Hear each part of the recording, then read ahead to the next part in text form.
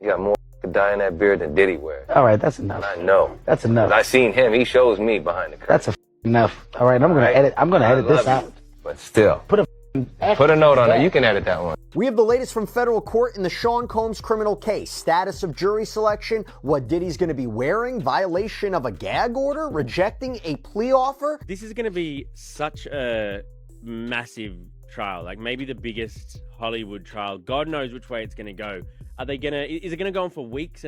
For sure, weeks. The decision guarantees Combs will face trial beginning just 4 days from now that will test whether one of music's most prolific figures used his power, wealth, and fame to exploit both women and men for decades. What happens is if people go into a trial believing the firepower on the prosecution is so strong, I mean, let's say on a scale of 1 to 100, it's a 95 that it's so strong, but it goes down to an 88.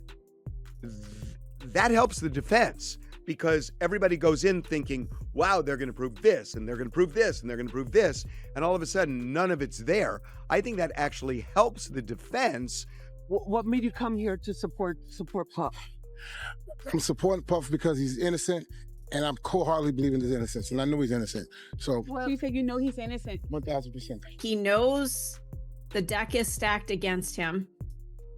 They've got a ton of evidence. Take the plea deal, dude. Just take it. Well, my guess is that because we don't know the deal of the plea deal. At least I don't think we do. True. Okay. Well, Bill and Sade, accepting a plea agreement would mean that Sean Combs would have to admit to trafficking and force. And today he made it very clear that was not going to happen.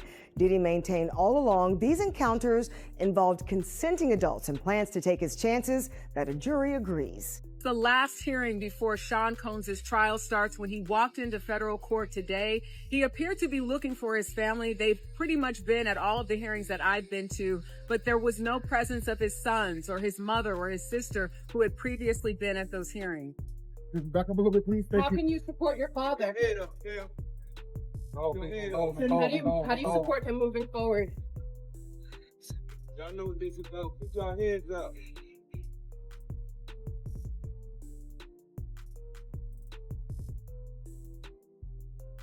At trial, Combs will ditch the jail garb and wear ordinary clothes, as his lawyers argue the evidence shows consenting adults being intimate in their own way. Isn't that, to my mind, that's one of the bigger hurdles in selecting a jury this coming week, is that there is, at least anecdotally, when I talk to people, they have that opinion, strongly held opinion, that there's celebrity tapes, that they've kind of conflated Epstein, and you mentioned Ghislaine Maxwell and all of these things into Diddy. There's this idea that somehow this is Epstein redux or something. Major developments tonight involving the case against Sean Diddy Combs, what he decided in court today, and what this now means, the move coming just 4 days before his trial is set to begin. Here's Aaron Katursky. Tonight, Sean Combs makes it official. He's rejecting the government's offer to plead guilty and spare himself the possibility of a prolonged term in prison. When asked if he turned down the offer, Combs answered, "Yes, I do, Your Honor," as he stood in a baggy beige jail uniform. Terms were not disclosed, but prosecutors did say a plea could result in a shorter sentence for Combs than if he's convicted. Music mogul Sean Diddy Combs back behind bars, a magistrate judge denying him bail, saying that there were no conditions that she could conceive of that would make her confident that he would appear again for other court appearances. The judge saying, "My concern is this is a crime that happens behind closed doors." Mr. Combs feels he's in. I think he probably is the only person I know of who might be able to actually accomplish that. Elaborate, sometimes days-long parties by coercing victims through drugs, threats, and manipulation. They claim to have video evidence, and some of the accusations echo details from over 70 civil lawsuits filed against Combs over the last 30 years. Now, as far as jury selection goes, I think the biggest takeaway for me is that both sides expect to have all of this done in the matter of 3 days. Now, given just how high profile this trial is, I was kind of stunned that they seem very confident that they will be able to seat a jury in that amount of time. Do you still think that, because there is this public perception, that there are celebrity tapes involved in this case? No. Do you still think that there are minors involved in this case? I'm certain no. Okay. And again, when you say this case, we're talking the criminal case. The criminal case. In the correct. criminal, I know that. in the criminal case, no. She did. And when the judge did, Diddy, who was sitting at the defense table with his attorneys, did not show any signs of emotion. He took a sip of water before he was led out of the courtroom by the U.S. Marshals. Now, his lawyers have vowed to fight this. They are going to be back in court on Wednesday before the judge who will oversee this trial and try to get Diddy to be released. Federal trafficking, racketeering, and charges beginning Monday morning. Would you be open to a plea bargain? Well, it's not up to me. It's up to Mr. Combs, and I don't see it happening. Why? Because he believes he's innocent. He believes he's innocent. And what's more, he believes that he needs to stand up, not just for himself, for his family, and for everybody who's been targeted by the federal government. Diddy's lawyers had argued that he had made good faith efforts by showing up in New York, ready to surrender to face these charges, but prosecutors said that he could not be trusted, that he has a history of trying to intimidate witnesses, including some who are going to be witnesses in this case. They urged the judge to remand him. What if everything you thought you knew about one of hip-hop's most powerful icons was a complete lie? For years, Sean Diddy Combs stood at the top mogul, millionaire, music legend. But now, he's locked in a federal courtroom, accused of crimes so dark, so damaging, that even his closest allies are running for cover. He's turned down a plea deal. He's facing allegations that span decades. And if the prosecutors are right, Diddy didn't just throw parties, he orchestrated something far more sinister behind closed doors, under the protection of fame and money. With over 70 civil suits piling up, raids on his mansions, and former executives flipping against him. The real question isn't, will he be found guilty? It's this: how far does the rabbit hole really go? Because what's unraveling now isn't just a criminal case. It's a cultural earthquake, one that could take down much more than just a man. But this story doesn't begin in the courtroom. It begins with one defiant word from Diddy himself: no. In a moment that stunned everyone watching, Sean Combs stood before the judge and flat out rejected the government's offer. No deal, no compromise, no admission of guilt. Even with federal charges that could lock him away for decades, Diddy refused to plead out. Why? Because that deal came with a catch. He'd have to admit to trafficking and coercion, and for someone who spent years building an empire on image, status, and control, saying yes would mean everything crumbles in public. Instead, Diddy's betting on the jury that 12 strangers will believe his version of the story, that what happened behind the walls of his mansions was all between consenting adults. But prosecutors aren't seeing it that way. They claim this wasn't just celebrity excess, it was manipulation, power abuse, and a long-running system designed to trap and silence. And by refusing that deal, Diddy didn't just raise the stakes. He lit the match. Because now the full weight of the justice system is aimed right at him. And the courtroom battle, it's just beginning. Next up, the judge's chilling warning, and why she said there was no way she could let Diddy walk free. The courtroom fell silent when the judge delivered her decision. No bail, no leniency, no exceptions. Sean Combs was going back to jail. Wearing a beige prison uniform, he stood motionless as the judge spelled it out. There are no conditions I can impose that would make me confident Mr. Combs will return to face trial. In plain English, she didn't trust him. Not with his money, not with his influence, not with his past. Federal prosecutors argued he had a long track record of intimidating witnesses, the same people now lined up to testify against him.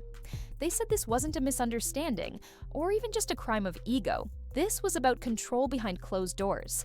Beyond the cameras, with power few could resist and fewer dared question. The judge agreed. And just like that, the man once known as a king of the music industry was handed over to U.S. Marshals and walked out of court without a single show of emotion. Not a tear, not a word, just a sip of water and silence.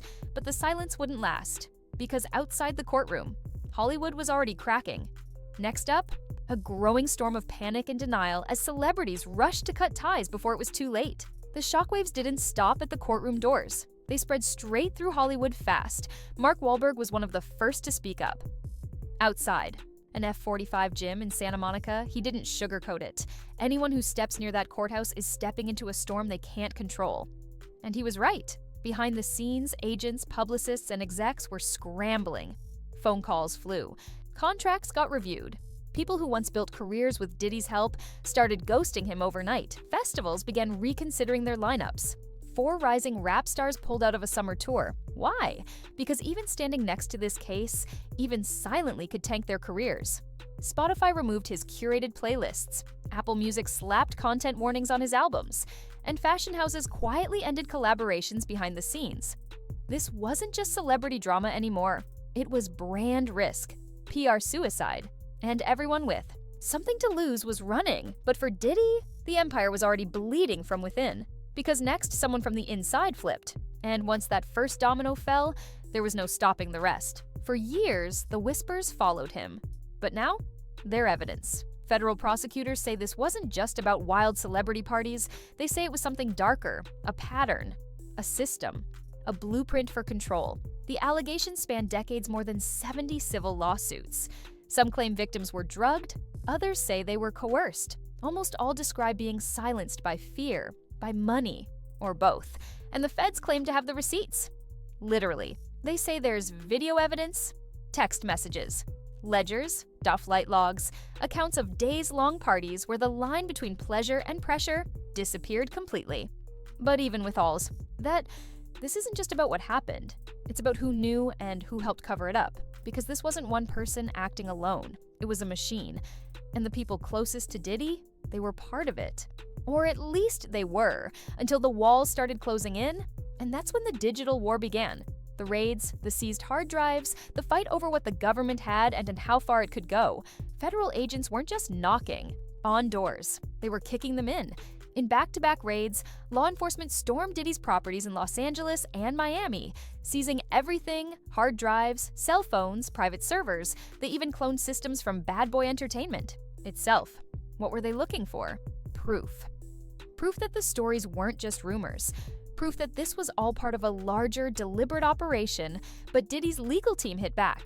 They accused the feds of overreach, calling the investigation reckless and the evidence double-counted sensationalism.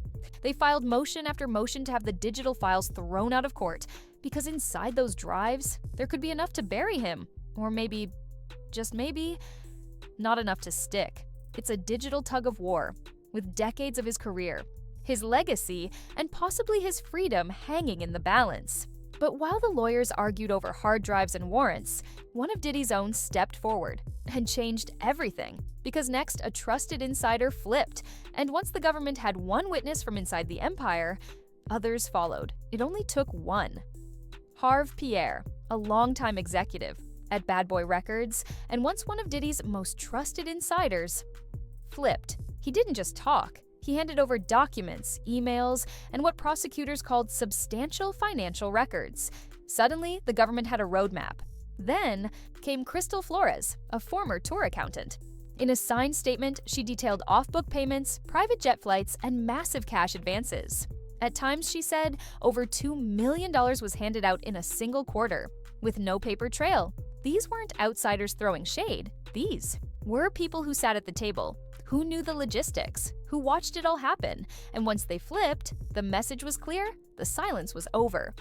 Behind the scenes, more insiders were being approached, more subpoenas were being drafted, and more.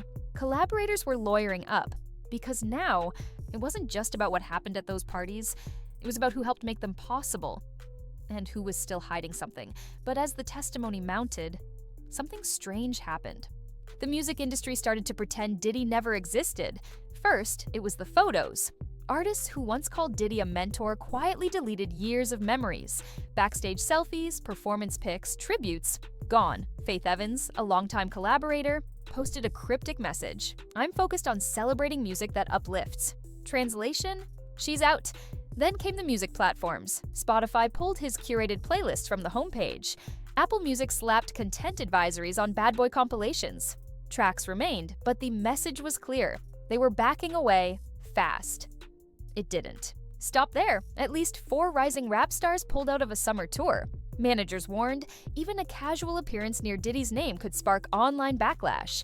fashion brands paused collaborations, liquor deals evaporated, and suddenly, the man, who once ruled the airwaves, was being erased in real time. No press releases, no grand statements, just silence and scrubbing. Because in this business, loyalty has a limit, and when brand risk meets public outrage, the exit doors swing wide open. But behind all that corporate distancing, there was something even bigger unraveling: the core of Diddy's empire, his business ventures, his media company, and the investors now second-guessing everything. Behind the polished statements and quiet exits, panic was spreading through the industry boardrooms. Shepherd Capital, a major venture fund, pulled the plug on a $12 million investment in Revolt, Diddy's own media company. No scandal-friendly buffer, no wait and see, just hold the money, we're out. Streaming platforms ramped up moderation teams as Diddy-related uploads flooded TikTok, many filled with unverified, graphic allegations. Even a leaked documentary trailer titled Empire of Bad Boy went viral, racking up millions of views in 7 days, and not one platform would confirm or deny whether it was real. Suddenly, everything tied to Diddy became radioactive. Agents revised contracts. Publicists warned clients to stay silent. Even online, the entertainment lawyers quietly added morality. Clauses to deals, just in case more names got pulled into the spiral. The entertainment machine was no longer just avoiding Diddy. It was preparing for collapse, and the deeper prosecutors dug, the more nervous everyone became. Because this wasn't just business anymore, it was exposure, the kind that ruins reputations, ends careers, and drags entire legacies into court. But the courtroom wasn't finished with him yet, because next, the trial machinery roared to life. And what it revealed would shake everything. This isn't just a trial, it's turning into one of the biggest courtroom battles in entertainment history. Jury selection is scheduled for July 8th, but it won't be business as usual. Prosecutors may request an anonymous jury, a rare move, but one they say is needed to protect jurors from outside pressure and media madness. The judge? She hasn't ruled yet, but she's already ordered extra security, backup courtrooms, and overflow media spaces. Officials say the buzz is on par with the O.J. Simpson civil trial. And the stakes? Even higher. Diddy's defense is fighting to suppress digital evidence, move the trial out of Los Angeles, and split off the trafficking charges to narrow the scope. But prosecutors are pushing hard, stacking charges that include racketeering, conspiracy, and abuse. They claim this was a full-blown criminal enterprise masked as music. Witness lists are expanding, legal filings are piling up, and behind the scenes, everyone's preparing for one thing: a legal spectacle, streamed, clipped, and judged by the world. But outside the courtroom, another war is brewing, one that hits deeper than money or fame, because what's being put on trial now isn't just Diddy, it's an entire culture. The courtroom may be in Los Angeles, but the noise? It's everywhere. Churches are preaching about it. Barbershops are debating it. Black radio stations are flooded with callers, some defending Diddy, others demanding accountability. It's no longer just about guilt or innocence. It's about loyalty, betrayal, power, race, and silence. Faith leaders are calling it a moral reckoning. Some community voices say this isn't just about Diddy. It's about how the industry has treated Black women for decades. Others worry it's another example of a powerful Black man being targeted by the system. The split is sharp. The emotions are real. And celebrities? They're walking a tightrope. Megan Thee Stallion declined to comment. Faith Evans stepped away. Most former collaborators? Silent. Because right now, even a single word could spark backlash. One publicist put it bluntly. The default answer now is no statement, no appearance, no involvement. And in that silence, the debate only gets louder. Online, in the streets, in the press, everyone's asking the same question. Is this justice catching up with power, or a takedown wrapped in spectacle? But while the world argued, the cracks inside Diddy's own circle were starting to show, because at a key hearing, something was missing. Not evidence, not lawyers, but family. When Diddy walked into the federal courthouse for one of the biggest hearings of his life, he looked around the room, and his family wasn't there. No sons, no mother, no sister, no one. These were the same people who had shown up to previous hearings. They'd stood beside him, offered quiet support, and reminded the public that, no, matter what the headline said, he still had people in his corner. But this time, empty seats. And for someone who built a public image around loyalty, family, and empire, the absence spoke volumes. Was it fatigue, strategy, a quiet message? No one knows. But when the cameras zoomed in and the commentary started rolling, the silence hit hard. He sat at the defense table, expression flat, sipping water as the court ruled against him. No outburst, no emotion, just isolation, and the beginning of what looked like a slow, public unraveling of the image he spent decades crafting. But if the courtroom felt cold, the prosecutors were just heating up. Because while the defense focused on damage control, the government kept building something much bigger, a case that could reshape the rules for everyone in the entertainment world.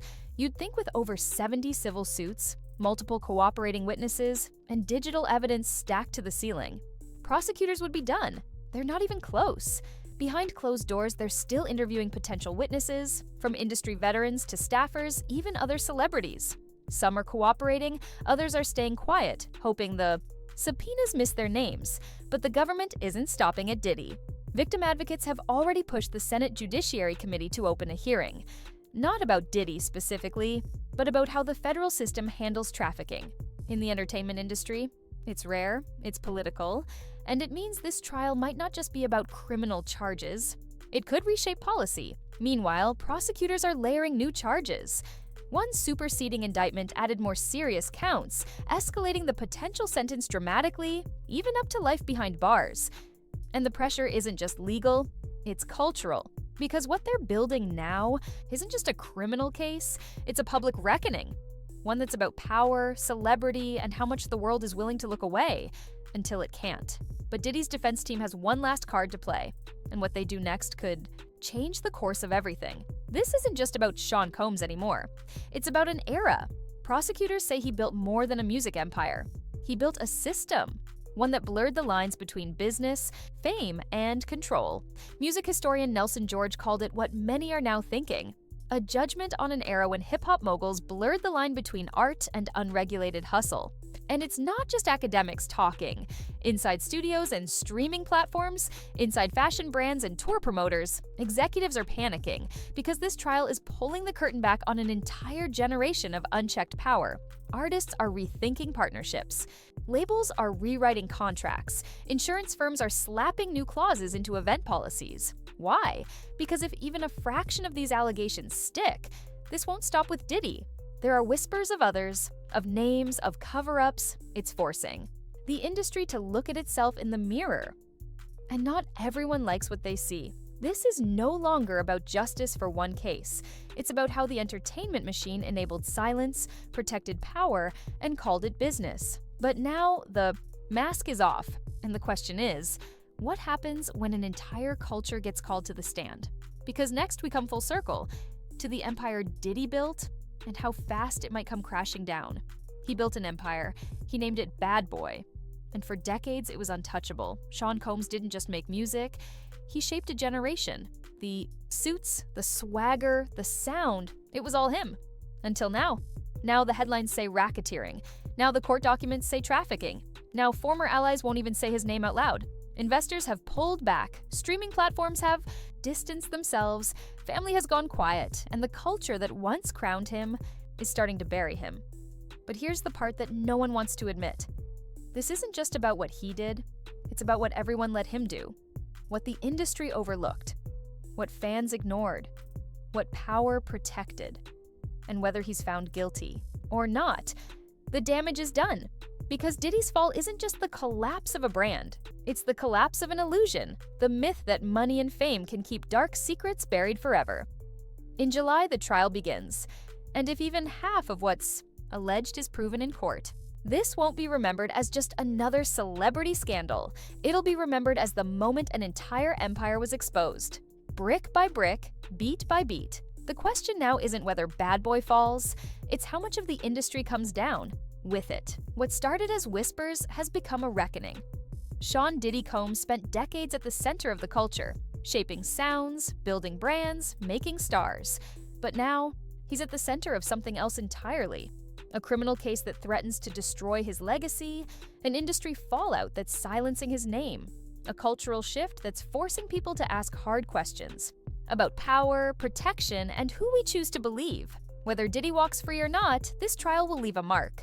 On the fans, on the business, on every artist who ever thought their fame made them untouchable, and while the courts sort through the evidence, the world is watching. Not just to see if he's guilty, but to see how deep this goes. Because if the stories are true, even partially, then this isn't just a downfall, it's the end of an era, and the beginning of something much darker,